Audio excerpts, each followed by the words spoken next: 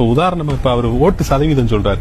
எவ்வளவு 8% வந்து கடந்த தேர்தல் அவங்க வாங்கியிருக்காங்க. எவ்வளவு 30 லட்சம் வாக்குகளா? 30 லட்சம் வாக்குகள் வாங்கியிருக்காங்க. இப்ப 30 லட்சம் வாக்குகள் வச்சிருக்கிற ஒரு கட்சிக்கு எந்த பெரிய கட்சியும் தாராளமா 500 கோடி ரூபாய் கொடுப்பாங்கிறது அரசியல் கணக்கு அறிந்தவர்கள் சொல்லக்கூடிய தகவல்.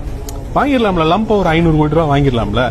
அப்படி ஒரு பெருந்தொகை கிடைக்கக்கூடிய வாய்ப்பு இருந்தும் அதை வேண்டான்னு அவர் தனிச்சு நிக்கிறார்.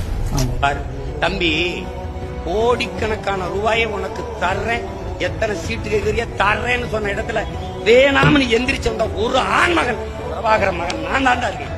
ஒருத்தன் கிடையாது அந்த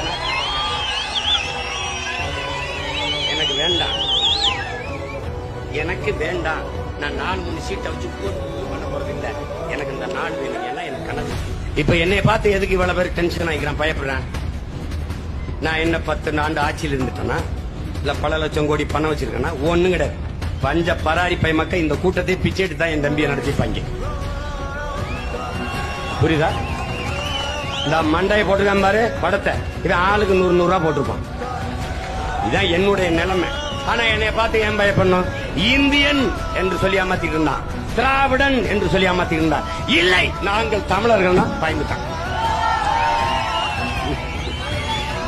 என்னுடைய பல்லர்னா, கல்லர்னா, நாடார்னா, செட்டியார்னா, கோனார்னா, பிள்ளைனா, முதலியார்னா, உடையார்னா, வண்ணார்னா, நாவிதர்னா, கிடையாது, தமிழன்டாண்ணா. அவன் சேதாயிட்டான்.